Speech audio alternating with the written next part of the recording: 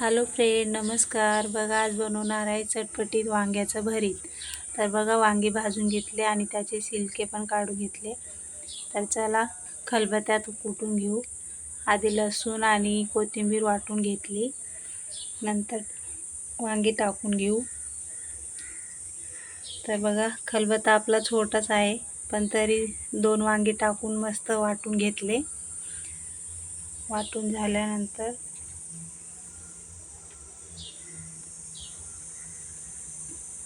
त्याच्यात टाकून मिरची पावडर आणि थोडं मीठ टाकून घेतलं आणि नंतर परत वाटून घेतलं मिक्स करून.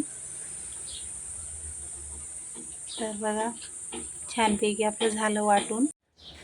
तर बघा, तेल गरम करून घेतले मी पळीमध्ये, जिरा पण टाकून घेतलं आणि चला भरीतला थोडं फोडणी देऊ मस्त. बघा, छानपैकी फोडणी बसली. तर या खायला.